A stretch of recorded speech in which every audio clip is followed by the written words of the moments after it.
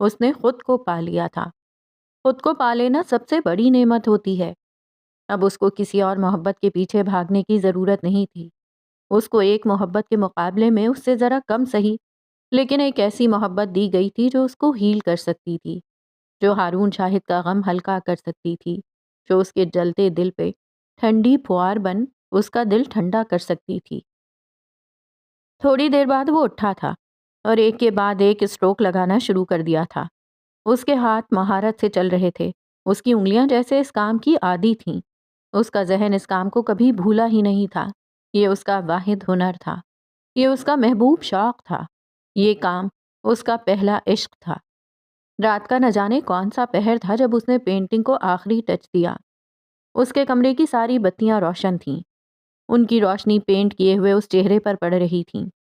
وہ وہی چہرہ تھا جو محبت کے قابل تھا، جو قدر کے قابل تھا، جو بے مول نہیں تھا، جس کا دنیا بھر کی خوشی پر حق تھا، جس کا اداس رہنے پر بھی حق تھا، جس کا حق تھا کہ اس کو مانا جائے، اس کو سنوارا جائے، اس کا خیال رکھا جائے۔ وہ چہرہ کس کا تھا بھلا؟ وہ ہارون شاہد کا چہرہ تھا، مسکراتا ہوا پرسکون چہرہ۔ وہ اپنے گھر کے باہر گلی میں کھڑا تھا، اسٹریٹ پولز کی روشنی اس کے چہرے پر پڑ رہی تھی، اس کی آنکھیں سرخ تھیں، فون کان سے لگا رکھا تھا، فون کے اسپیکر سے نفیسہ حیات کی آواز آتی تھی۔ آپ کو آنا چاہیے تھا اماں، وہ آپ کے دوست تھے، آپ دونوں نے ایک بہت اچھا وقت گزارا تھا ساتھ، آج تو آ جاتی۔ وہ دکھ سے کہہ رہا تھا، بیٹے میں اسلام آباد میں ہوں، ساری فلائٹس کینسل ہو گئیں، میں گاڑی میں اتنا لمبا سفر نہیں کر سکتی تھی، میری مجبوری سمجھو۔ عمر نے کوئی جواب نہیں دیا، وہ بس نظریں جھکائے اپنے جاگرز کو دیکھتا رہا۔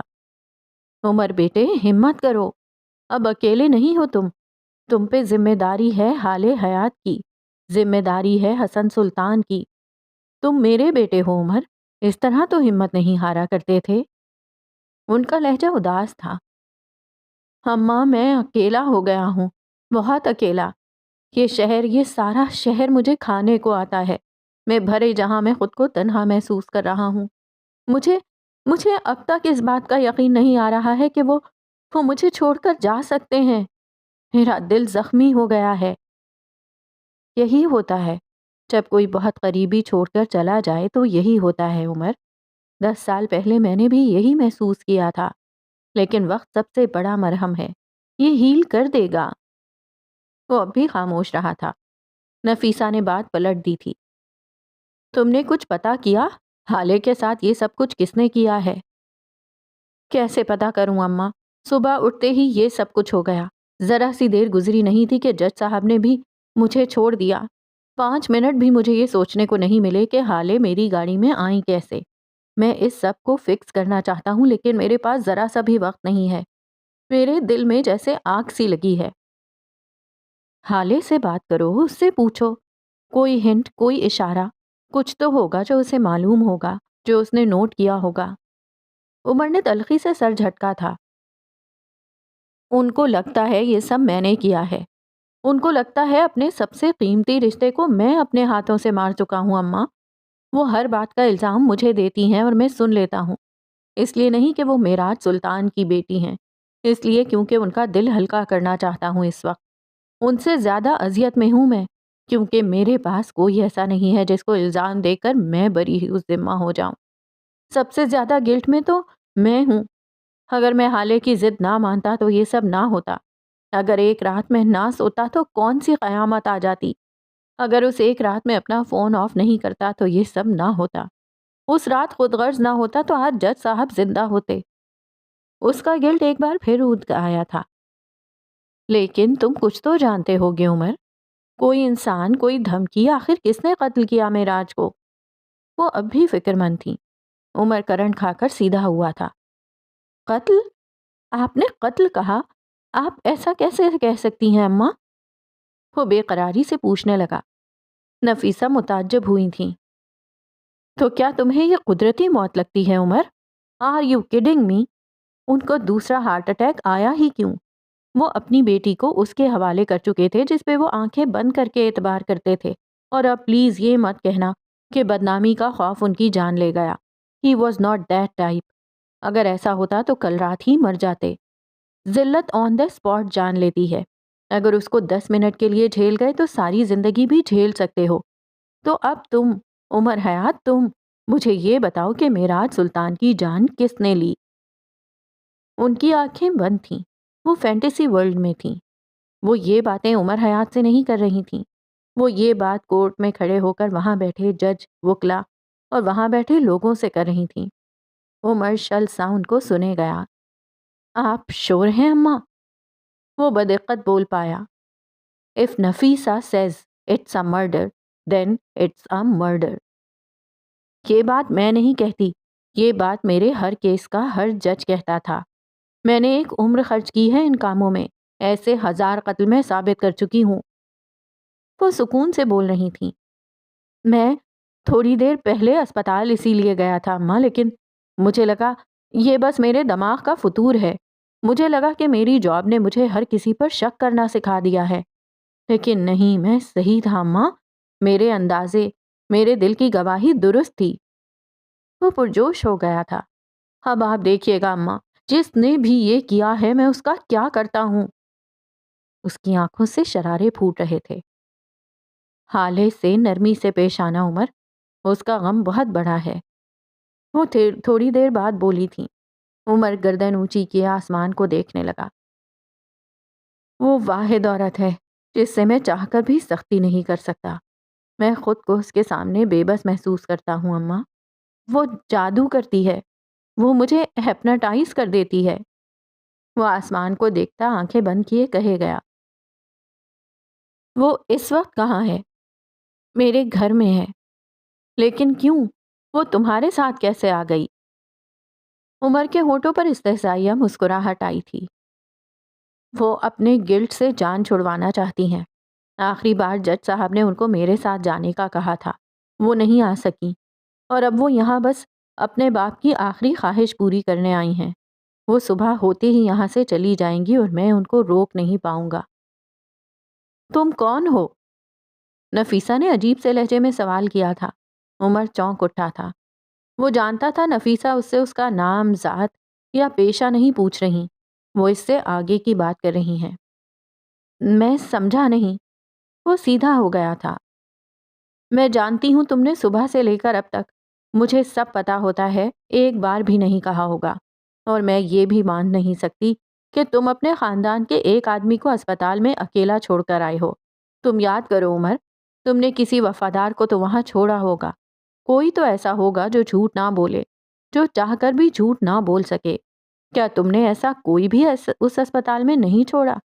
اور اگر نہیں چھوڑا تو یہ وہ عمر نہیں ہے جو میرا بیٹا تھا، جس کو میں نے پالا، جس کی تربیت میں نے کی، جس عمر کو معراج سلطان نے گر سکھائے، جس کو معراج نے دنیا دکھائی. اس عمر کو سب پتا ہوتا تھا. وہ سب کچھ کر سکتا تھا. تم اس محلے میں نہیں کھڑے ہو عمر. اس فیس سے نکل آؤ. تم اس سے کافی آگے نکل آئے ہو. اپنے دل سے، اپنے دماغ سے وہ سوچیں نکال دو جو تمہیں کمزور کر رہی ہیں. حالے کو طاقت بناؤ، کمزوری نہیں. وہ ایسی لڑکی نہیں ہے جس کو کمزوری بنایا جائے. وہ حالے سلطان ہے بیٹے. وہ معراج سلطان کی بیٹی ہے. تم اس کا مت سوچو کہ وہ کیا کرے گی، کہاں جائے گی. تم یہ سوچو عمر کیا کرے گا، حالے کو کہاں لے کر جائے گا. تم یہ مت سوچو کہ حالے صبح کیا کرے گی. تم یہ سوچو کہ عمر حیات صبح تک کیا کچھ کر سکتا ہے. تم فوکس لوز مت کرو بیٹے. گلٹ کو نوچ کر پھینکو اور اپنے قدموں پر کھڑے ہو جاؤ. ابھی 12 بجنے میں 10 منٹ ہیں اور صبح ہونے میں 6 گھنٹے باقی ہیں. تم 6 گھنٹوں میں کیا کر سکتے ہو عمر؟ یہ تمہیں پتا ہونا چاہیے.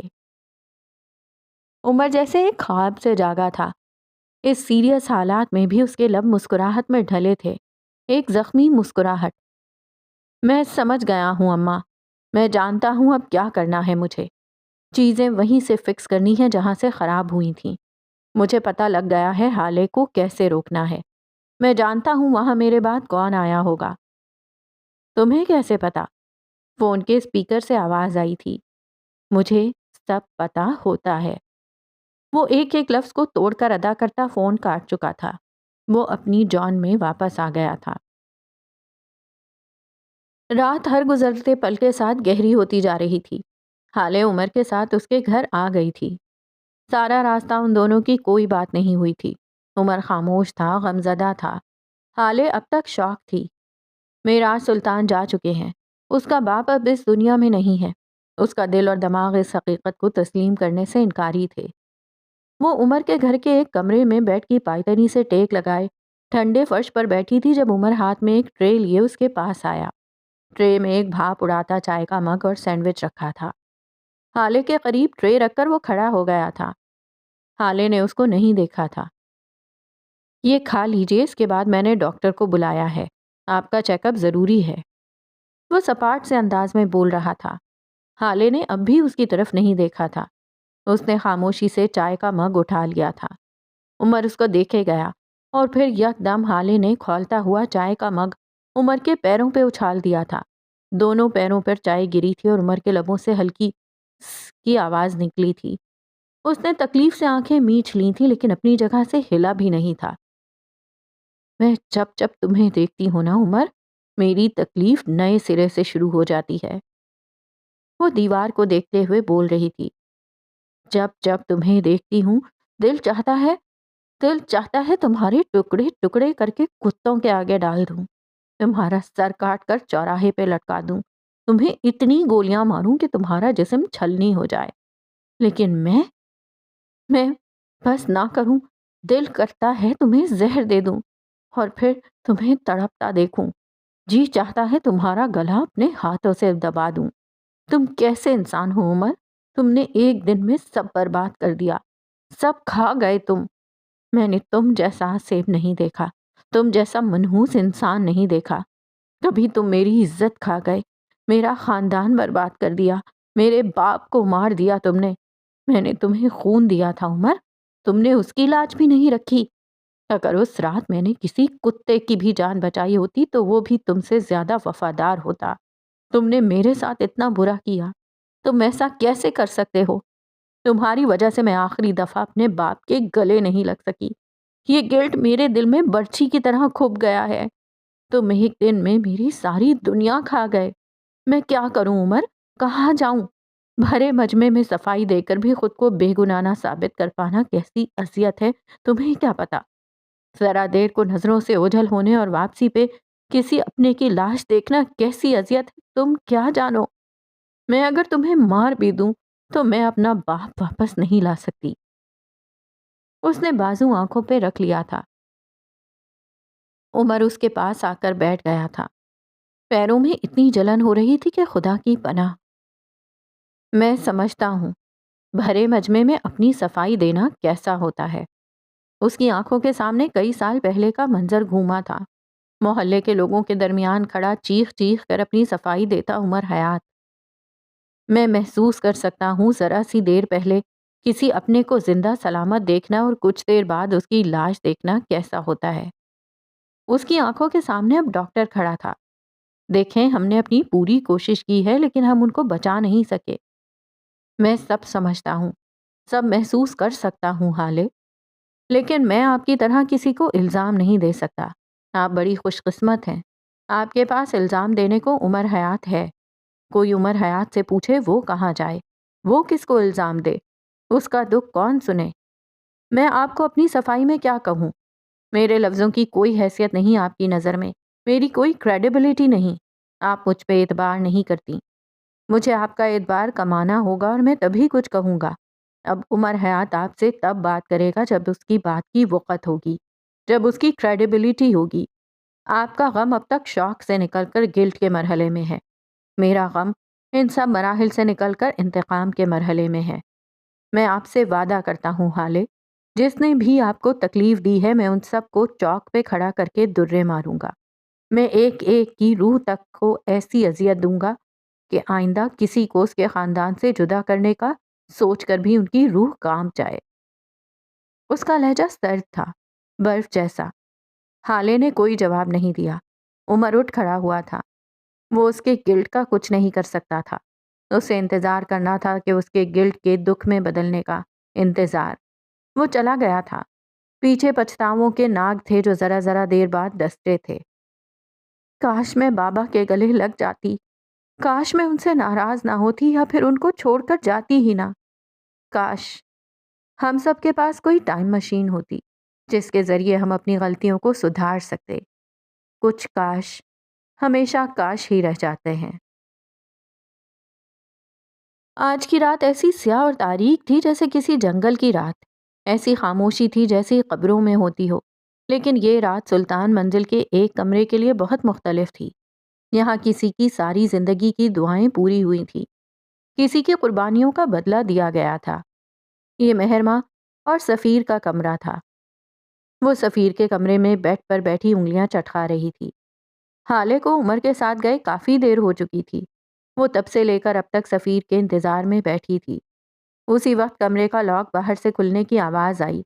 سفیر بکھری ہوئی حالت میں اندر داخل ہوا۔ اس کے سیاہ کرتے پہ جا بجا سلوٹیں تھیں، بھورے بال بکھرے ہوئے تھے، بڑھی ہوئی شیو اور ہاتھ میں ایک شیشے کی بوتل۔ مہر کو دیکھ کر اس نے بوتل والا ہاتھ پیچھے کیا تھا اور سر جھکائے مہر کے قریب سے گزرتا اپنے بیڈ پر آ کر بیٹھ گیا تھا۔ آج مہر کو اس کے پرفیوم کی خوشبو بھی نہیں محسوس ہوئی تھی۔ سفیر کبھی بھی بغیر پرفیوم کے سوتا تک نہیں تھا، اسے خوشبو سے عشق تھا۔ کافی دیر کی خاموشی کے بعد سفیر نے بولنا شروع کیا تھا۔ آئی ایم سوری مہر، میں تمہارے لیے وہ سب کچھ نہیں کر سکا جو تم ڈیزرو کرتی تھی۔ اس دن میری عزت کی خاطر تم نے جو کچھ کیا وہ پرائز لیس تھا۔ اس کی پشت کو دیکھتا بول رہا تھا۔ مہر نے رخ موڑ کر اس کو دیکھا تھا۔ اٹس اوکے سفیر، میں آپ کو سمجھ سکتی ہوں، وہ نرمی سے بولی تھی۔ تم فکر مت کرو مہر، میں بہت جلد تمہیں اس رشتے سے آزاد کر دوں گا۔ تمہیں کوئی ضرورت نہیں ہے ایک انچاہے رشتے سے بندھے رہنے کی، بس ایک بار حالات نارمل ہو جانے دو۔ مہر کا دل جیسے کسی نے چیر کر رکھ دیا ہو، وہ اٹھ کھڑی ہوئی تھی۔ کیا میں نے آزادی مانگی؟ وہ چبا چبا کر بولی تھی۔ سفیر نے حیرت سے اس کو دیکھا تھا۔ آپ کو کیا لگتا ہے جب آپ کا دل کرے گا آپ مجھ سے شادی کر لیں گے اور جب دل چاہے گا آپ مجھے چھوڑ دیں گے؟ سفیر، مہر ماں کو کوئی مجبور نہیں کر سکتا۔ میں نے اپنی مرضی سے آپ سے نکاح کیا ہے، کیونکہ وہ بولتے بولتے رک گئی تھی۔ کیونکہ میں آپ سے محبت کرتی ہوں، بالآخر اس نے اعتراف کر دیا تھا۔ سفیر حونقوں کی طرح اس کو دیکھے گیا۔ یہ قید میرے لیے من چاہی ہے، یہ رشتہ میرے لیے آب حیات ہے۔ آپ میرے لیے عشق ہیں، آج یا کل سے نہیں، تب سے جب سے مجھے محبت کا مطلب بھی نہیں پتا تھا۔ اور اب جب میری ساری دعائیں پوری ہوئی ہیں تب آپ مجھ سے کہہ رہے ہیں کہ آپ مجھے چھوڑ دیں گے؟ آپ ایسا کیسے کہہ سکتے ہیں؟ وہ غم و غصے کے ملے جلے تاثرات لیے بول رہی تھی۔ سفیر گہری سانس بھرتا اٹھا تھا۔ مہر، میں اب تک ایک دھوکے سے باہر نہیں آیا اور ایک صدمے سے بھی۔ حالے کا دھوکہ اور بڑے پاپا کی موت، میں ان دونوں چیزوں میں سٹک ہو کر رہ گیا ہوں۔ تمہارے یہ سارے الفاظ میرے لیے کسی ڈائلاگ سے زیادہ کی حیثیت نہیں رکھتے۔ تمہارے لیے بہتر ہے کہ مجھے چھوڑ دو، اور اگر نہیں چھوڑ سکتی تو پھر تمہیں ایک بٹے ہوئے مرد کے ساتھ رہنا ہوگا، ایک ایسا مرد جو اب کبھی اعتبار نہیں کر سکے گا۔ اور مجھ سے کوئی امید مت رکھنا، یہ تمہارے لیے بہتر ہوگا۔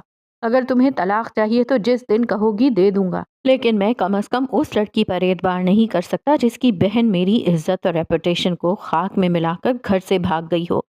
میرے لیے تم دونوں ایک جیسی ہو، خود غرض۔ وہ مہر کے بالکل قریب کھڑا بول رہا تھا، اس کی آنکھیں سرد تھیں۔ لیکن ان سب میں میرا کیا قصور ہے؟ آپ مجھے کس گناہ کی سزا دے رہے ہیں؟ کیا حالے کے بھاگنے میں میرا ہاتھ تھا، یا میں اس کے کسی عمل میں شامل ہو رہی ہوں؟ وہ گلابی ہوتی آنکھوں کے ساتھ کہہ رہی تھی۔ سفیر اس کی بات کا جواب دیے بغیر اپنی جگہ پہ واپس آ گیا تھا۔ بیڈ کی سائڈ ٹیبل کھول کر بوتل باہر نکالی۔ اب اس کے انداز میں کوئی جھجک نہیں تھی، کوئی خوف نہیں تھا۔ کچھ دیر قبل وہ اس بوتل کو ایک کزن اور بیوی سے چھپا رہا تھا۔ اب اس کے سامنے وہ لڑکی تھی جو گوڈے گوڈے اس کے عشق میں ڈوبی تھی۔ اس کے سامنے کون سی جھجک، کیسی حیا؟ مرد اس عورت کے سامنے سب سے زیادہ نڈر ہوتا ہے جو اس سے محبت کرتی ہو، کیونکہ وہ اسے ٹوکتی نہیں، صحیح غلط سے، برے اچھے سے، کیونکہ وہ ڈرتی ہے اپنے محبوب کی ناراضگی سے۔ سفیر جانتا تھا مہر بھی کچھ نہیں کہے گی، سو بوتل اٹھائے کمرے سے ملحقہ اسٹڈی کی طرف بڑھ گیا۔ آج کی رات اس حرام مشروب کے نام۔ پیچھے مہر تھی اور اس کے لاتعداد دکھ۔ وہ مل کر بھی اس کو نہ مل سکا۔ مل کر نہ ملنے کی اذیت بہت بڑی ہوتی ہے۔ عمر اپنے بنگلے کے سرونٹ کوارٹر میں بیٹھا تھا۔ یہ عثمان کا کمرہ تھا، جس میں ایک طرف گدا رکھا تھا، اس سے ذرا فاصلے پر ایک پانی والا کولر اور ایک کونے میں کپڑوں کی ایک ٹرنک۔ یہی اس کمرے کی کل متاع تھی۔ لیکن اس وقت یہاں ایک چیز کا اضافہ تھا، لکڑی کی کرسی۔ وہی کرسی جس پہ عمر بیٹھا تھا۔ عثمان اس کے سامنے کھڑا تھا۔ عثمان، کل گھر سے نکلنے کے بعد تم کہاں کہاں گئے؟ وہ تندہی سے پوچھ رہا تھا۔ سر، میں تو بس مارکیٹ گیا تھا، وہاں سے سامان لیا اور بس واپس آ گیا۔ مجھے کچھ نہیں پتا بی بی صاحبہ کب اور کیسے گاڑی میں آ گئیں۔ میں تو کہیں اور رکا بھی نہیں تھا سر، مجھے معاف کریں۔ وہ شرمندہ تھا۔ عثمان، تم مجھے پاگل بنا رہے ہو؟ سامان لے کر گھر سے نکلتے ہو اور واپسی پہ گاڑی میں ایک لڑکی آتی ہے۔ میرا دماغ اب مزید مت گھماؤ اور صاف صاف بتاؤ وہ لڑکی گاڑی میں کیسے آئی؟ تم راستے میں کہاں رکے، کس سے بات کی، کتنی دیر بات کی اور کیا بات کی؟ تمہیں وزن میں تبدیلی بھی محسوس نہیں ہوئی؟ سر، میں قسم کھا کر کہتا ہوں میں صرف سپر مارکیٹ گیا تھا۔ گاڑی وہاں کے پارکنگ ایریا میں کھڑی کر کے میں سامان لایا اور اس کے بعد میں گھر آ گیا۔ خدا کی قسم سر، میں سچ کہہ رہا ہوں، یقین کریں۔ تم سپر مارکیٹ جانے تک کہیں نہیں رکے، رائٹ؟ مطلب جو کچھ بھی ہوا پارکنگ ایریا میں ہوا۔ عثمان نے فوراً اس بات میں سر ہلایا تھا۔ اوکے، تو جب تم گاڑی پارک کر کے مارکیٹ گئے تب کیا ہوا تھا؟ ایک ایک سیکنڈ کی تفصیل دو مجھے، اور اگر ایک بھی بات جھوٹی نکلی تو میں آج تمہیں زندہ گاڑ دوں گا۔ وہ اس کو انگلی سے وارن کرتا کہہ رہا تھا۔ سر، میں سب سچ ہی بتاتا ہوں۔ میں گاڑی لاک کر کے مارکیٹ گیا اور پھر میں نے ایک سیکشن سے سارا ڈرائی فروٹ خریدا۔ عمر غور سے اس کی بات سن رہا تھا۔ اس کے بعد میں دوسرے سیکشن گیا، وہاں سے میں نے آپ کے صبح کے ناشتے کے لیے سامان خریدے، اور پھر میں تیسرے سیکشن گیا، وہاں میٹ فروزن آئٹمز تھے۔ اور ایک منٹ۔ وہ ابھی آگے کچھ بولتا کہ عمر نے اس کو ٹوکا تھا۔ تم فروزن آئٹم کے سیکشن میں کیوں گئے؟ میں نے کبھی اپنے گھر میں باہر کا لایا گوشت نہیں بننے دیا۔ میں وہی میٹ بنواتا ہوں جس کو میں خود اپنے سامنے بنوا کر لاتا ہوں اور خود پکاتا ہوں، اور یہ بات تم اچھے سے جانتے ہو۔ وہ کرسی سے اٹھ کھڑا ہوا تھا۔ تو اب عثمان صاحب، تم مجھے یہ بتاؤ کہ تم فروزن آئٹم سیکشن میں کیوں گئے تھے؟ وہ آنکھوں میں تپش لیے ایک ایک لفظ پر زور دے کر بولا تھا۔ عثمان گڑبڑا گیا تھا۔ اس نے بے اختیار تھوک نگلا تھا۔ وہ، سر، دراصل میں آپ کو بتانے ہی والا تھا۔ اصل میں عثمان، میں اس وقت تمہاری کسی بکواس سننے کے موڈ میں نہیں ہوں۔ جلدی بولو، تم وہاں کیوں گئے؟ عمر جیسے جھلا گیا تھا۔ عثمان فوراً سنبھل گیا۔ سوری سر، اصل میں ایک لڑکا آیا تھا میرے پاس۔ اس کی نئی شادی ہوئی تھی سر، اس کو گروسری کا پتہ نہیں تھا۔ میں بس اس کو گائیڈ کرنے کے لیے اس کے ساتھ تھا، لیکن وہ بہت شریف تھا، بہت اچھا لڑکا تھا۔ میں نے جیسے ہی اس کو سارے سامان لے کر دیے، اس نے شکریہ ادا کیا اور چلا گیا۔ وہ بہت اچھا تھا سر۔ وہ، کیا وہ سارا وقت تمہارے ساتھ تھا؟ اور کیا اس کی موجودگی میں تم نے اپنا والیٹ یا کار کی چابی نکالی؟ عمر نے اس کی بات کاٹی تھی اور عثمان کی تھوڑی سینے سے آ لگی تھی۔ وہ، سر، دراصل میرا والیٹ وہ نیچے گر گیا تھا۔ اس لڑکے نے مجھے اٹھا کر دیا تھا اور اس کے بعد وہ کہیں چلا گیا تھا، لیکن سر 10 منٹ بعد پھر واپس بھی آ گیا تھا۔ عثمان تیز تیز بول رہا تھا۔ والیٹ گرا تھا نا، گاڑی کی چابی تو نہیں۔ والیٹ سے کیا ملنا تھا؟ خیر، کچھ اور یاد آئے تو مجھے بتانا۔ عمر جانے کو مڑا تھا جب پیچھے سے عثمان کی شرمندہ سی آواز آئی۔ سر، وہ اصل میں دراصل بات یہ ہے۔ وہ رک رک کر بول رہا تھا۔ جب میں مارکیٹ کے اندر گیا تھا تب میں نے چابی پینٹ کی سامنے والی جیب میں رکھی تھی، لیکن جب میں وہاں سے نکلا تب چابی میری شرٹ کے سینے والی جیب میں تھی۔ I am sorry sir. عمر کرن کھا کر مڑا تھا۔ لعنت ہو تم پہ عثمان، لعنت! وہ تمہیں بے وقوف بنا کر گیا ہے۔ تم کیا ساری زندگی جھک مارتے رہے ہو؟ تمہیں کسی چیز کا پتہ ہے بھی یا نہیں؟ وہ لڑکا تمہاری چابی لے اڑا اور تمہیں پتہ بھی نہیں چلا۔ ڈوب مرو تم عثمان، ڈوب مرو۔ وہ اس کے سر پہ کھڑا دہاڑ رہا تھا۔ میں معذرت خواہ ہوں سر، مجھے اندازہ نہیں تھا۔ وہ واقعی شرمندہ تھا۔ عمر نے اپنی کنپٹی سہلائی تھی اور عثمان کی جانب مڑا تھا۔ میں اس معاملے کو صبح دیکھوں گا۔ صبح تک وہ باتیں بھی یاد کرو جو تمہارے فرشتوں کو بھی نہیں پتا ہوں گی، ورنہ یہاں سے دفع ہو جانا۔ تمہاری وجہ سے اتنی بڑی مصیبت میرے گلے پڑ گئی۔ وہ خود سے بڑبڑاتا ہوا نکل گیا تھا۔ پیچھے عثمان شرمندہ سا کھڑا رہ گیا۔ تھانے کا ماحول اس وقت بیزار سا تھا۔ نائٹ ڈیوٹی کرتے پولیس افسران کے چہرے تھکے ہوئے سے تھے۔ کچھ تو باقاعدہ اونگ رہے تھے، کچھ تاش کے پتوں پہ گزارا کر رہے تھے۔ ASI نذیر کوفت زدہ تھا، ایک فیمنسٹ کی FIR لکھ رہا تھا۔ اس کا مدعا تھا کہ رات کے 12 بجے بس میں سفر کرتے ہوئے اس کو ایک لڑکے نے بری نظر سے دیکھا اور چھونے کی کوشش کی ہے۔ کافی دیر کی مغز ماری کے بعد بلاخر نذیر FIR کاٹنے کو تیار ہو گیا تھا۔ ایک نامعلوم فرد پہ، ایک ایسے آدمی پہ جس کی شکل مدعی کو خود بھی یاد نہیں تھی۔ نذیر کا دل تو بس یہی کہنے کو چاہا تھا کہ بی اگر اتنا ہی تنگ کر رہا تھا تو بس میں شور مچانا تھا نا، یہاں آ کر ہمارا وقت کیوں برباد کر رہی ہو؟ لیکن اس کی زبان سلی ہوئی تھی۔ اس لیے نہیں کیونکہ وہ عورت تھی، اس لیے کیونکہ اس کے ہاتھ میں موبائل تھا۔ 10 منٹ بعد وہ عورت اسنیپ بنا کر اور 1-2 انسٹا اسٹوریز لگانے کے بعد مسرور سی چلی گئی تھی۔ اس کے جاتے ہی ایک دراز قد سیاہ آنکھوں والا نوجوان اندر آیا تھا۔ وہ ایسے آ رہا تھا جیسے ہی اس کا گھر ہو۔ وہ اب کچھ دیر قبل والے حلیے میں نہیں تھا۔ اب اس نے نیلی چیک شرٹ کے ساتھ نیلی ہی جینز پہن رکھی تھی۔ شرٹ کے بٹن کھلے تھے، اندر سے سفید گول گلے والی شرٹ نظر آتی تھی۔ پیروں میں سلیپرز تھے اور 1-2 جگہ چھالے بھی تھے۔ شاید اس نے اسی وجہ سے سلیپرز پہن رکھے تھے، ورنہ وہ اپنے جوتوں کے معاملے میں بہت حساس تھا۔ اس کے آتے ہی تمام سپاہی اور افسران کھڑے ہو گئے تھے۔ اونگنے والوں کو چٹکی مار کر اٹھایا گیا تھا۔ ذرا سی دیر میں اس چھوٹے سے تھانے میں ہلچل سی مچ گئی تھی۔ کوئی اس کے لیے کرسی لا رہا تھا تو کوئی ٹیبل صاف کر رہا تھا، کوئی بھاگ کر چائے لینے گیا تو کوئی اس سے اس وقت زحمت اٹھانے کی وجہ پوچھ رہا تھا۔ وہ ASI نذیر کی کرسی پر بیٹھ گیا تھا۔ وہ ذرا جلدی میں لگتا تھا۔ نذیر سامنے کھڑا تھا، باادب گھبرایا سا۔ سر، آپ حکم کرتے بندہ حاضر ہو جاتا، آپ نے کیوں زحمت کی ہے؟ وہ عمر کے سامنے کھڑا چاپلوسی کی تمام حدوں کو کراس کر رہا تھا۔ عمر نے ایک ناپسندیدہ نظر اس پر ڈالی تھی۔ میرے ساتھ بات کرتے وقت اس طرح کھڑے مت رہا کرو۔ کرسی لاؤ اور میرے سامنے بیٹھو۔ یہاں جتنی عزت میری ہے اتنی تمہاری بھی ہے۔ آئندہ میں تمہیں اس طرح کھڑا نہ دیکھوں۔ وہ انگلی اٹھاتا تنبیہی انداز میں کہہ رہا تھا۔ نذیر جز بز سا ہو گیا تھا، پاس پڑی کرسی کھینچی اور بیٹھ گیا۔ اب وہ پوری طرح عمر کی طرف متوجہ تھا۔ کل رات جس گونگے کو اٹھا کر لائے تھے وہ کہاں ہے؟ عمر اس کو دیکھتے ہوئے پوچھ رہا تھا۔ اس کی آواز میں ایک روب تھا، دبدبا سا تھا۔ سائیں کل سے تو 10 گونگوں کو زبان دی ہے، آپ کس والے کی بات کرتے ہو؟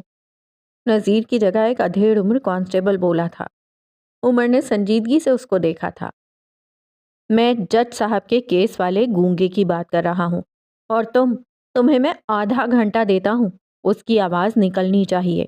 اگر آواز نہیں نکلتی تو لکھ کر دے، لکھ کر نہیں دیتا تو اپنے پیروں پہ چل کر اس آدمی کے گھر لے کر جائے جس نے اس کو کل ہائر کیا تھا۔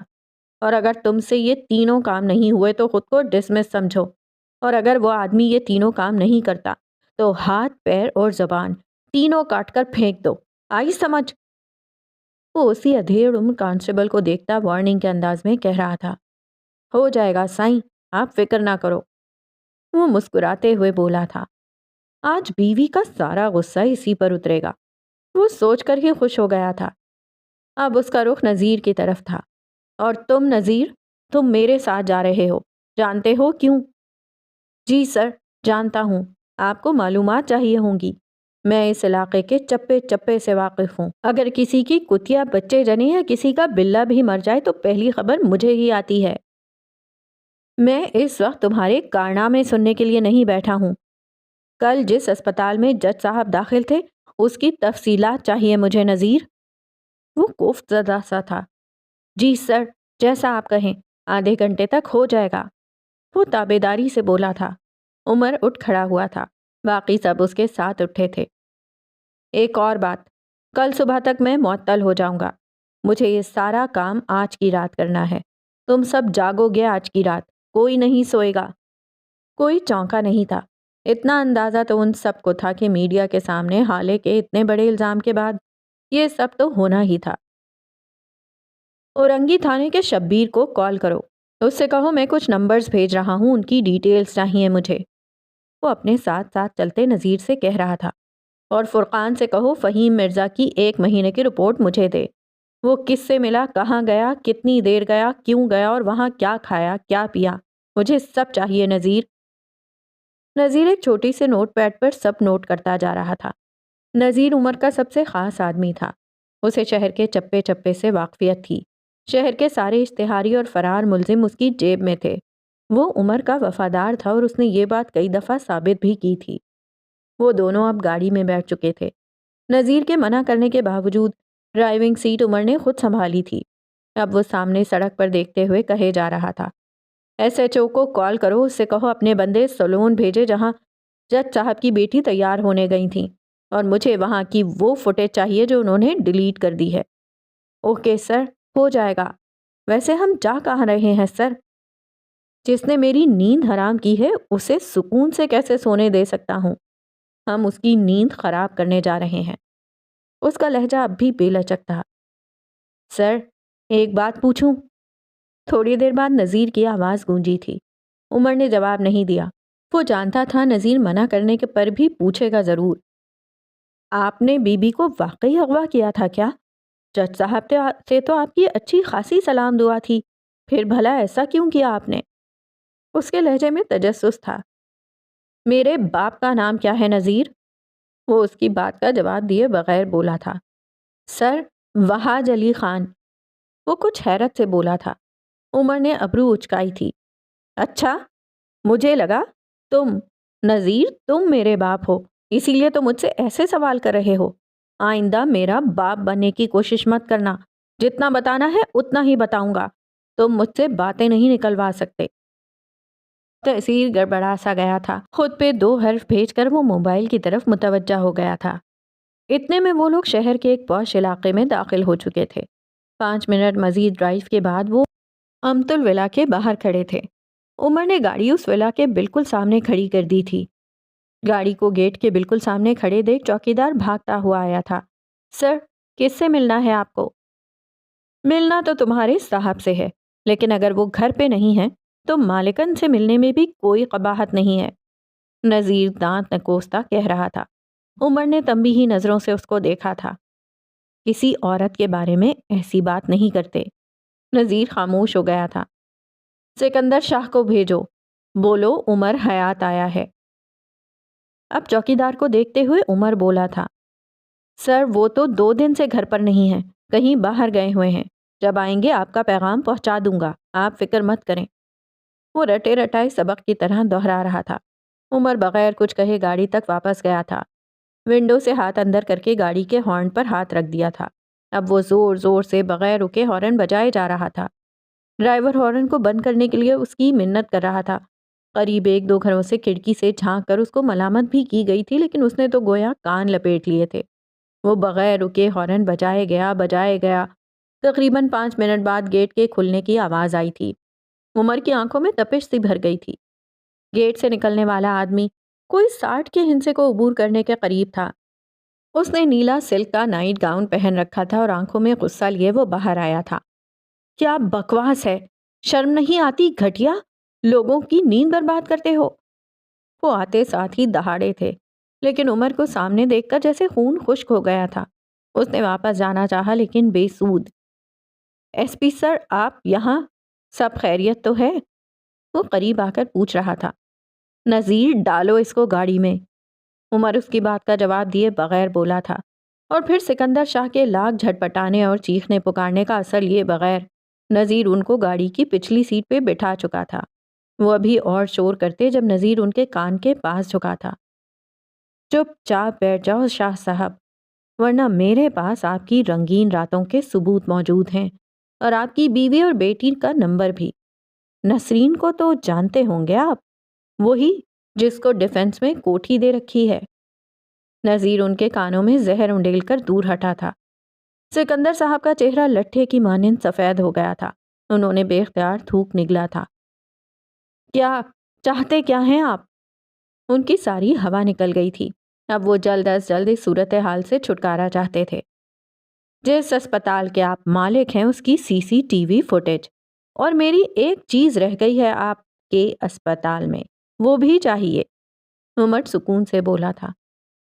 اتنی سی بات کے لیے آپ لوگوں نے اتنی بے ادبی کی ہے میرے ساتھ۔ میں ایک عزت دار آدمی ہوں ایس پی صاحب، میں ابھی ڈی آئی جی صاحب کو کال کروں گا۔ عجیب غنڈہ گردی ہے، اندھیر نکری مچا رکھی ہے آپ نے۔ وہ غصے سے سرخ چہرہ لیے غرا رہے تھے۔ عمر نے ڈرائیونگ کرتے ہوئے ایک نمبر ملایا تھا اور موبائل پیچھے نذیر کو تھما دیا تھا۔ پہلی ہی بیل پہ کال ریسیو ہو گئی تھی۔ ہاں بول بھائی، کسی کی نیند میں ڈوبی آواز گاڑی میں گونجی تھی۔ ڈی آئی جی سر، میں عمر حیات بات کر رہا ہوں۔ عمر نے بیٹھے ہوئے ہانک لگائی تھی۔ سکندر شاہ نے موبائل نذیر کے ہاتھ سے اچک لیا تھا۔ ڈی آئی جی سر، یہ آپ کے ایس پی صاحب مجھے ڈرا دھمکا کر میرے گھر سے اٹھا کر لائے ہیں اور اب یہ چاہتے ہیں کہ میں اپنے اسپتال کی سی سی ٹی وی فوٹیج ان کے حوالے کروں۔ نہ ان کے پاس کوئی اجازت نامہ ہے اور نہ… وہ کچھ اور بھی کہہ رہے تھے جب ان کی بات کاٹی گئی تھی۔ اے زیادہ بولو مت، فوٹیج دے دو گے تو مر نہیں جاؤ گے تم، اور میں جانتا ہوں سب کچھ، کتنا ڈرا دھمکا کر لائے ہوں گے۔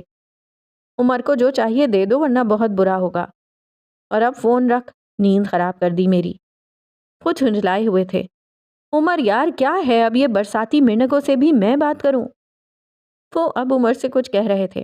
عمر نے بات ختم کر کے کال کاٹ دی تھی۔ سکندر صاحب کا سارا رنگ نچڑ گیا تھا۔ کتنا بھتا دیتا تھا میں اس ڈی آئی جی کو، وہ بس سوچ ہی سکے۔ جی تو شاہ صاحب، اور کس سے بات کرنی ہے؟ اگر کہیں تو آئی جی سے بھی بات کروا دوں، ان سے بھی اچھی خاصی بات چیت ہے میری۔ ارے آپ کے رنگ کو کیا ہوا؟ دکھ ہوا؟ دیکھیں پولیس والے کی نہ دوستی اچھی نہ دشمنی، وہ آپ کا ہر بات میں ساتھ دیں گے، لیکن جب اپنے وردی والے بھائی کی آ گئی نا بات، تب وہ اپنے گھر والوں کے بھی نہیں ہوتے۔ عمر فخریہ سا کہہ رہا تھا۔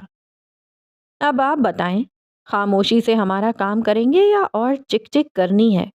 دیکھیں آپ کے اسپتال جاتے ہم فضول بحث کرنی پڑتی ایک ایک سے، اب آپ چلیں گے تو کتنی عزت اور احترام سے ہوگا ہمارا کام۔ آپ کو نیکی کا موقع ملے گا اور ہمارا وقت بچے گا، کتنا اچھا ہوگا نا؟ وہ عام سے انداز میں کہہ رہا تھا۔ نذیر اپنے موبائل پہ ساری ڈیٹیلز جمع کر رہا تھا۔ ہو جائے گا آپ کا کام، اسپتال چلیں۔ اب کہ ان کا انداز سپاٹ تھا۔ تقریباً آدھے گھنٹے بعد وہ تینوں لوگ اسپتال کے سیکیورٹی روم میں بیٹھے صبح نکاح کے بعد والی فوٹیج دیکھ رہے تھے، لیکن کوئی فائدہ نہیں تھا۔ 1.5 گھنٹے کی فوٹیج غائب تھی۔ جس وقت حالے اور عمر اس سڑک پر بیٹھے تھے وہ فوٹیج غائب تھی۔ شاہ صاحب، 1.5 گھنٹے کی فوٹیج کہاں ہے؟ عمر ان کی طرف دیکھتا سنجیدگی سے پوچھ رہا تھا۔ دیکھیں عمر صاحب، میں آپ کو سچ بتاتا ہوں، جس طرح آپ زور زبردستی ہمیں یہاں لے آئے ہیں، اسی طرح آج دوپہر بھی کسی نے بالکل اسی طرح 1.5 گھنٹے کی فوٹیج میرے سیکیورٹی چیف سے ڈیلیٹ کروا دی اور اسے آج شام کی فلائٹ سے دبئی بھیجوا دیا۔ اب آپ چاہے مجھے مار دیں یا میرے اسپتال کو آگ لگا دیں، جو سچ ہے سو ہے۔ اس سسٹم میں سروائیو کرنے کے لیے ہم سب کو کافی دفعہ ایسے کام کرنے پڑتے ہیں۔ مجھے پتا تھا آپ چپ نہیں بیٹھیں گے، اسی لیے میں آپ سے چھپتا پھر رہا تھا۔ سکندر شاہ نرمی سے کہہ رہے تھے۔ آپ کا سیکیورٹی چیف فوٹیج ڈیلیٹ کر دیتا ہے، آپ کا ڈاکٹر میری اجازت کے بغیر ہمارے مریض کے کمرے میں کسی کو بھی جانے دے دیتا ہے، آپ کے اسپتال سے ہماری چیزیں مسنگ ہوتی ہیں اور آپ کہتے ہیں کہ ہم پولیس والے غنڈے ہیں۔ یہ تو کھلم کھلا تضاد ہے شاہ صاحب۔ عمر ان کو دیکھتا چپتے لہجے میں کہہ رہا تھا۔ آپ کی چیز مسنگ نہیں ہے عمر صاحب، میں نے آپ کی چیز سنبھال کر رکھی ہے۔ میرا اور آپ کا کوئی ذاتی اناد نہیں تھا، مجھ سے جتنا ہو سکے گا میں آپ کو اتنی فیورز دوں گا۔ میں ایک ذمہ دار شہری ہوں، آپ کو مجھ سے شکایت نہیں ہوگی۔ ساتھ ہی ایک لڑکے کو اشارہ کیا تھا۔ جج صاحب بہت اچھے آدمی تھے، اللہ ان کی مغفرت فرمائے۔ کیا یہ ہے آپ کی مسنگ چیز؟ گو کہ یہ اللیگل ہے، لیکن خیر۔ وہ اس لڑکے کے ہاتھ سے ایک چھوٹی سی ڈبیا لے کر اس کو کھولتے ہوئے کہہ رہے تھے۔ اب ان کے ہاتھ میں ایک ننھا سا کیمرہ تھا۔ عمر بے تاثر چہرے کے ساتھ ان کو دیکھتا رہا۔ اس کی نظریں اب بھی متلاشی تھیں، اب بھی اس کی کھوج مکمل نہ ہوئی تھی۔ عمر اٹھ کھڑا ہوا تھا، ان کے ہاتھ سے کیمرہ لے لیا۔ نذیر بھی عمر کے ساتھ اٹھ کھڑا ہوا تھا۔ شاہ صاحب، میں نے بہت کوشش کی کہ میں آپ کا خاندان بچا سکوں، جس طرح میں اپنا نہیں بچا سکا، لیکن آپ بکاؤ نکلے۔ اب آپ مجھ سے شکایت مت کیجیے گا۔ میں آپ کے پاس آیا، آپ سے عزت سے بات کی، نرمی سے اپنی چیزیں مانگی، لیکن آپ نے نہیں دیں۔ اب آپ خود آئیں گے اور مجھے میری چیز واپس کریں گے۔ میں آپ پہ حالات اتنے تنگ کر دوں گا کہ آپ کو آنا پڑے گا شاہ صاحب۔ وہ کہہ کر رکا نہیں تھا، لمبے لمبے ڈگ بھرتا وہاں سے نکل گیا تھا۔ پیچھے سکندر شاہ نے بے اختیار اپنا ماتھا مسلا تھا۔ لعنت ہو تم لوگوں پہ، کس پاگل آدمی کے ساتھ پھنسا دیا ہے مجھے۔ اب نہ یہ خود چین سے بیٹھے گا نہ مجھے بیٹھنے دے گا۔ وہ سخت پریشان تھے۔ ذرا دور اسپتال کے پارکنگ ایریا میں جھانکو تو عمر حیات اپنی گاڑی میں بیٹھتا دکھائی دے رہا تھا، اور اس بار ڈرائیونگ سیٹ پہ نذیر تھا، ساتھ نذیر کو ہدایات دے رہا تھا۔ اس سیکیورٹی چیف کا کیا نام ہے؟ عبدل؟ ہاں، اس کی فیملی کا پتہ لگاؤ نذیر، اور شاہ صاحب کی ساری ویڈیوز ان کی بیٹی اور بیوی کو بھیج دو۔ کل تک کسی سوشل میڈیا اکاؤنٹ پر بھی پوسٹ کر دو۔ میرا خاندان نہیں بچے گا تو میں کسی اور کا بھی رہنے نہیں دوں گا۔ سر، بیوی کو بھیجنے کا کیا فائدہ؟ کیوں نہ اس کی محبوبہ کو بھیج دیں؟ نذیر چمکتی آنکھوں کے ساتھ کہہ رہا تھا۔ عمر نے ایک نظر اس کو دیکھا تھا اور پھر موبائل پہ نظریں جمائے بولنا شروع کیا تھا۔ باہر والی خود بے وفا ہوتی ہے، اس لیے بے وفائی معاف کر دیتی ہے، لیکن گھر والی وہ چاہے دھوکے باز خود بھی ہو، لیکن اس کو اپنا مرد وفادار چاہیے ہوتا ہے۔ ویڈیو بھیجو اور پھر دیکھو کس طرح ٹوٹتے ہیں خاندان۔ خیر، اپڈیٹس دو مجھے۔ وہ اب بھی موبائل کو دیکھ رہا تھا، اس میں کسی طرح اس ننھے کیمرے کا سسٹم آن کر رہا تھا۔ سر، فہیم مرزا 1 مہینے سے سوائے شمس سلطان کے اور کسی سلطان سے نہیں ملا، اور فروا سلطان کا کال ریکارڈ چیک کروایا ہے میں نے، لیکن کوئی فہیم مرزا یا کسی ایسے آدمی سے ان کی بات نہیں ہوئی جس کی بنا پر ان پر شک کیا جائے۔ سیلون والوں نے ساری فوٹیج بھیج دی ہے، آپ کو ای میل کر دی ہے میں نے۔ اور وہ عبدل، اس کا بھی کچھ کرتا ہوں، کوئی دبئی نہیں گیا ہوگا، وہ یہیں لالو کھیت میں اس کے کوئی رشتہ داروں کے گھر چھپا بیٹھا ہوگا، صبح تک اس کو بھی دیکھ لوں گا میں۔ سر، اور کچھ چاہیے تو بتائیں۔ وہ ساری تفصیل بتا کر اب تابع داری سے پوچھ رہا تھا۔ تمہیں کیا لگتا ہے یہ ساری انفارمیشن سچی ہے؟ 100% جھوٹ ہے سر، بھیگ گئے ہیں سارے، یا پھر صحیح جگہ چیک نہیں کر رہے۔ آپ مجھے 2 دن کا وقت دیں، میں سب چیزیں معلوم کر لوں گا۔ آپ اگر کہتے ہیں تو فہیم مرزا فروا سلطان سے ملا ہے، کب کہاں کیسے مجھے نہیں پتا، لیکن وہ ملا ہے۔ سیلون والوں نے اتنے آرام سے فوٹیج کیسے دے دی؟ اور عبدل، اسے آج کی رات ہی ملنا ہوگا، اسے ڈھونڈ لوں گا میں، مجھ پر اعتبار کریں۔ وہ یقین دہانی کروا رہا تھا۔ مجھے تم سے یہی امید ہے، وہ موبائل کو دیکھتے ہوئے بولا تھا۔ عمر نے اب سسٹم کو موبائل پر آن کر لیا تھا۔ گاڑی کو قبرستان کی طرف موڑو۔ اس نے موبائل سے نظریں ہٹا لی تھیں۔ سر، اس وقت؟ نذیر، تم کیوں آج اپنی موت میرے ہاتھوں لکھوانا چاہتے ہو؟ تمہیں کتنی دفعہ کہا ہے کم بولا کرو۔ سوری سر، اب ایسا نہیں ہوگا، وہ شرمندگی سے بولا تھا، اور پھر واقعی قبرستان پہنچنے تک وہ کچھ نہیں بولا تھا۔ وہاں پہنچ کر عمر اندر چلا گیا تھا، جبکہ نذیر کو باہر ہی کھڑا کر دیا تھا۔ تھوڑی دیر بعد وہ ایک تازہ گیلی مٹی والی قبر کے قریب بیٹھا تھا۔ اس قبر پر اب تک چڑھائے گئے پھول تازہ تھے۔ عمر آنکھوں میں کرب لیے اس قبر پر ہاتھ پھیرتا رہا۔ اس کی آنکھوں میں ہلکی نمی تھی۔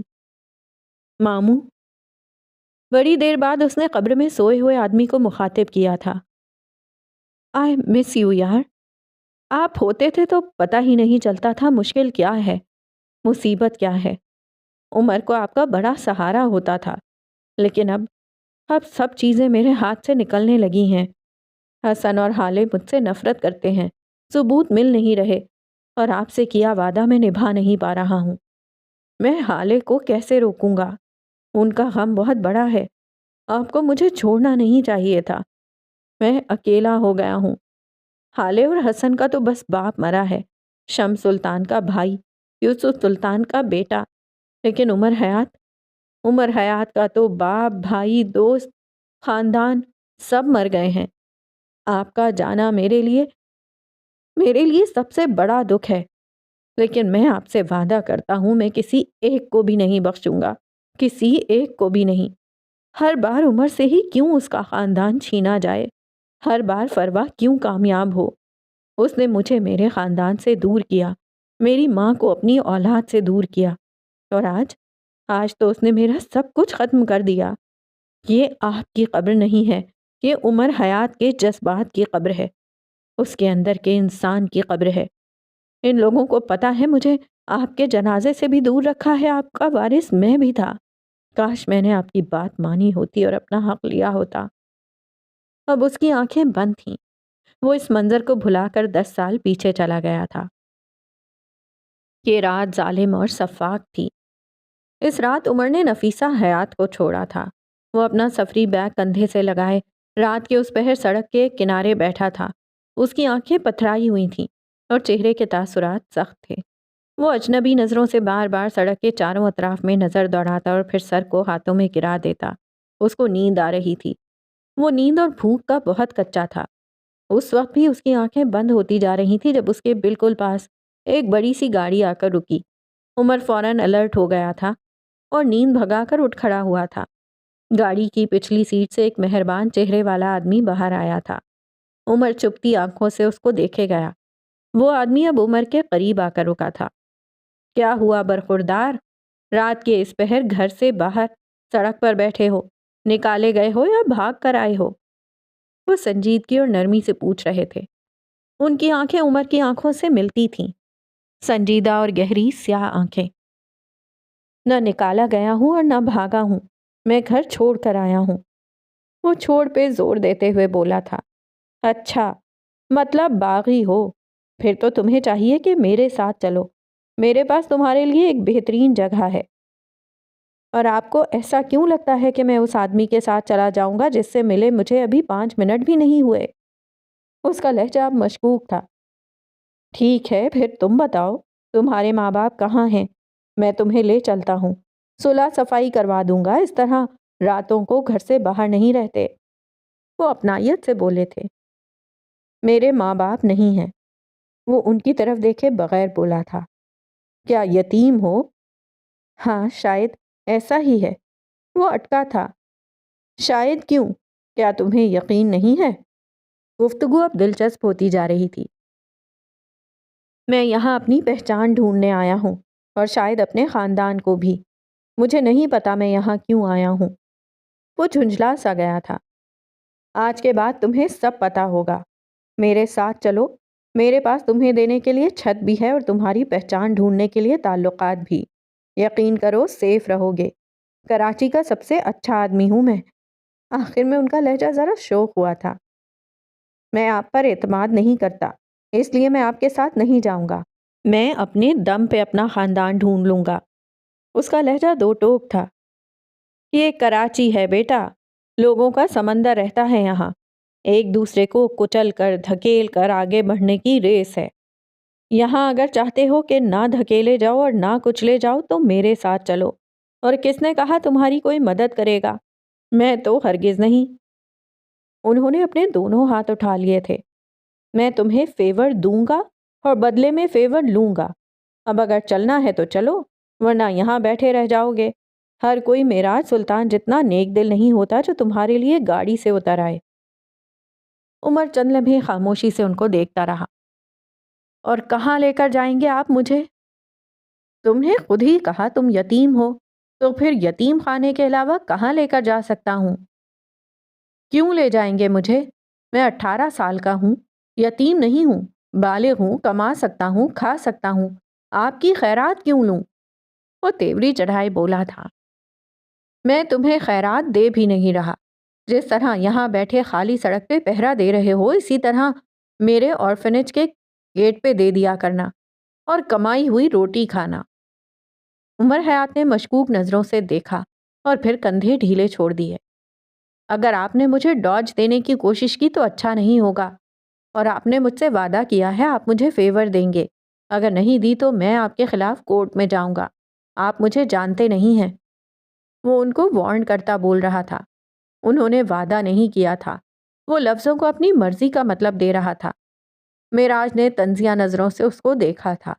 بلیک میلر کی اولاد نہ ہو تو۔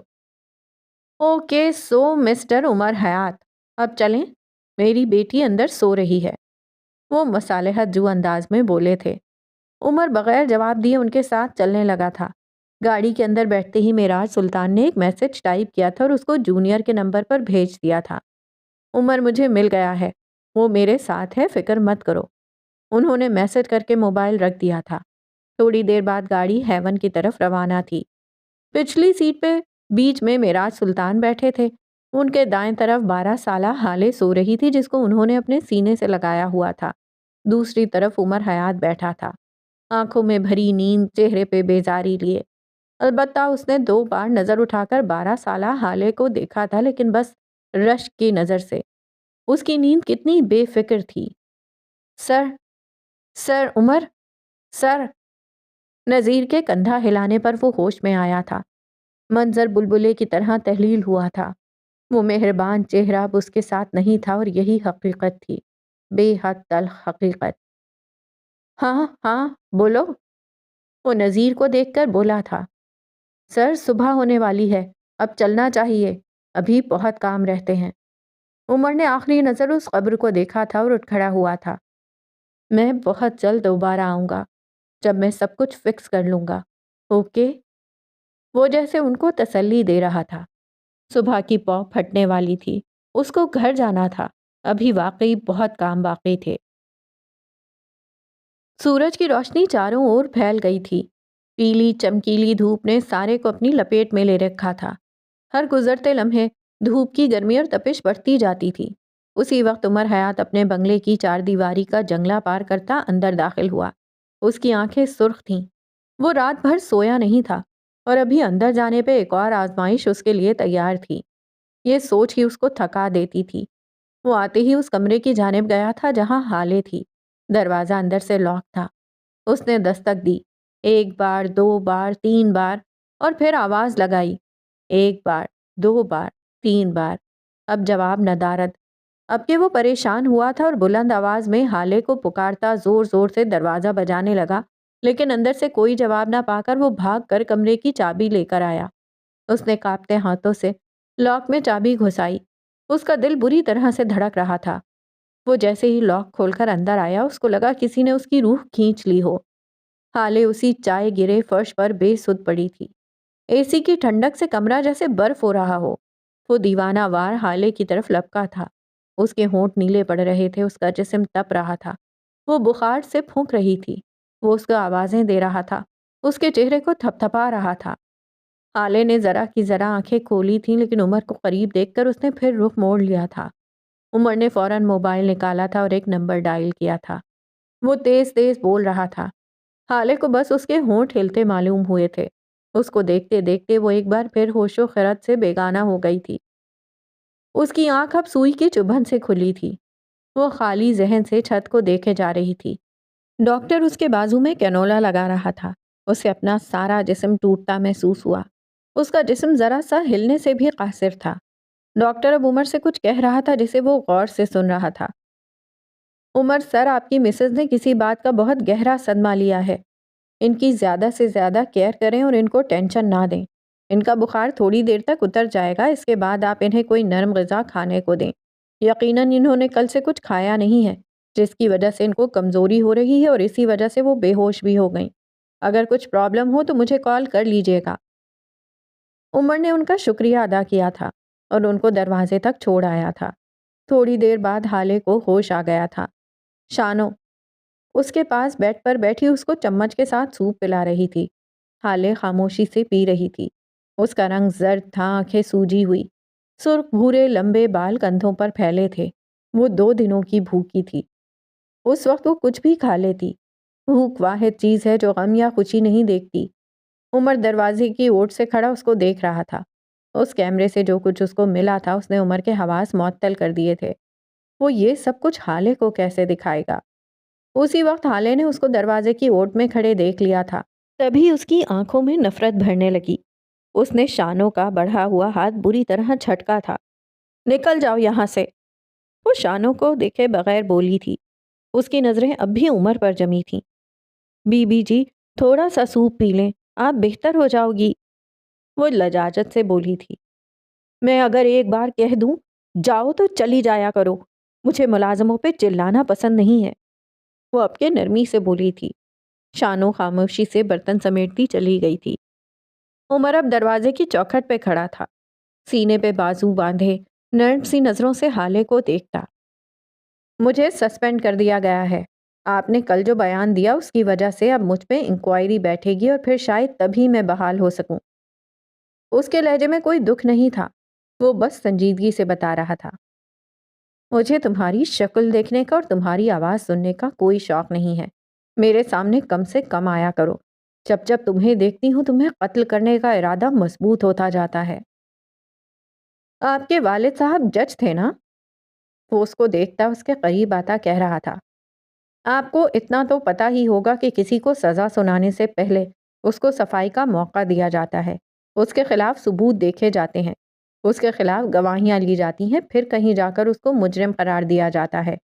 آپ اب بتائیں، آپ کے پاس کیا ثبوت ہیں؟ کون سی گواہی ہے؟ کیا چیز مجھے مجرم ثابت کرتی ہے؟ وہ سکون سے پوچھ رہا تھا۔ ہالے بیڈ سے اٹھی تھی، نقاہت اور درد کی وجہ سے اس سے کھڑا نہیں ہوا جا رہا تھا، سر بری طرح گھوم رہا تھا، لیکن وہ اپنے پیروں پر زور دیے کھڑی رہی۔ وہ اب اس کے بالکل سامنے کھڑی تھی، بازو سینے پہ لپیٹے، آنکھوں میں چبھن لیے۔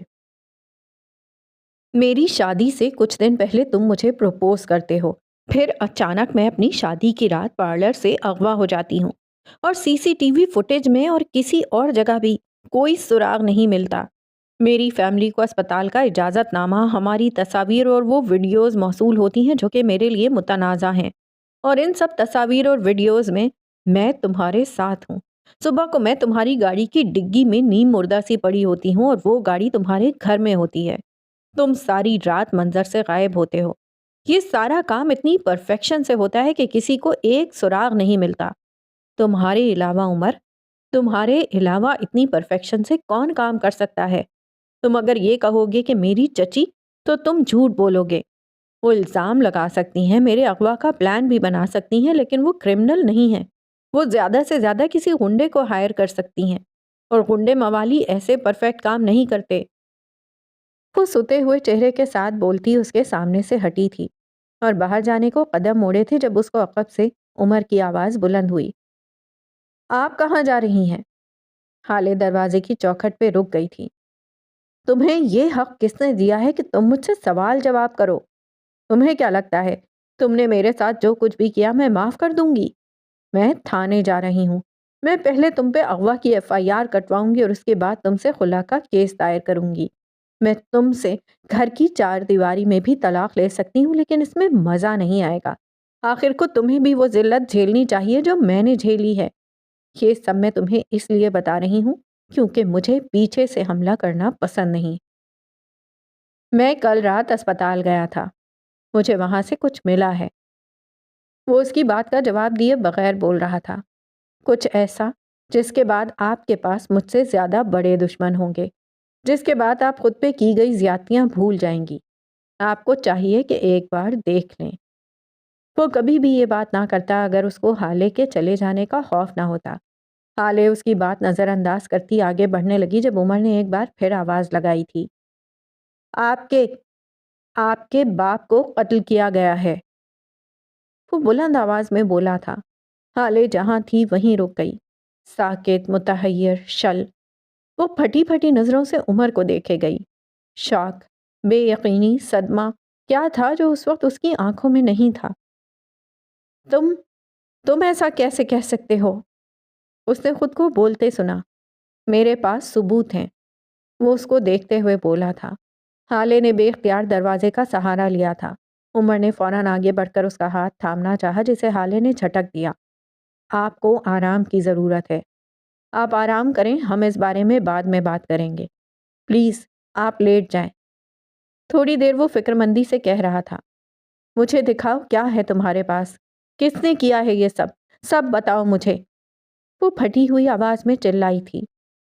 میں آپ کو کوئی بھی ثبوت صرف تب دوں گا جب آپ اپنے پیروں پہ چل کر میرے پاس آئیں گی، صحت مند اور کنٹرولڈ۔ اس سے پہلے میں آپ کو ایک چیز بھی نہیں دکھاؤں گا۔